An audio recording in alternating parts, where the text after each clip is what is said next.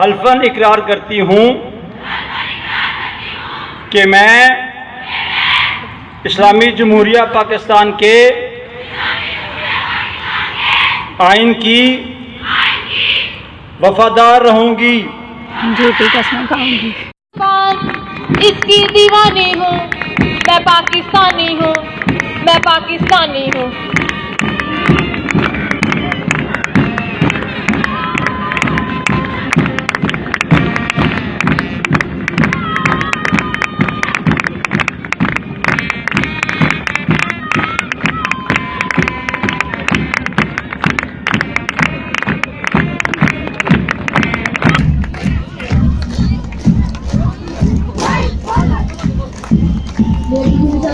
दूसरा दस्ता जिसमें क़यादत, जिम्मेदारी, शहीदों की सरजरी, गुजरात से आंदोलन से आज़ादी, जैसे करे हमें मदरसा सरपंच सफेद रंग का पलूस सजाए हुए जो कि हम की नुमाइंदगी कर रहा है।